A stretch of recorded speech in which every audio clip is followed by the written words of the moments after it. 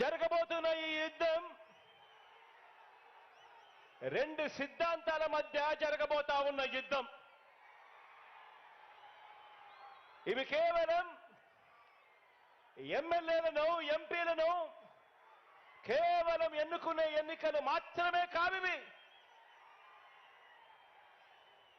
ఇవి ఇప్పటి వరకు ఈ 5 ఏళ్ల కాలంలో ఇంటింటికి కూడా మనందరి ప్రభుత్వం అందించిన సంక్షేమము, అభివృద్ధి, ఈ పథకాలన్నీ కూడా కొనసాగాలని అడుగులు వేసే మనకు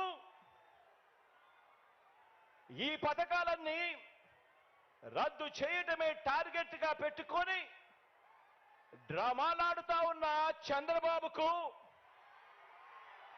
మధ్య జరిగే ఈ యుద్ధంలో మీరు సిద్ధమేనా?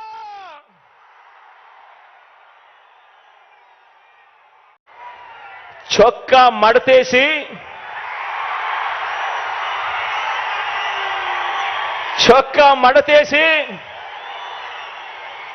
బాబుకున్న కుర్చీలను కూడా మడిచి చీపుళ్లతో ఊడ్చి వారి పార్టీని శాసనసభలో 102 నుంచి 23కు తగ్గించారు కదా అని అడుగుతా ఉన్నాను. అదే పని మరోసారి చేయడానికి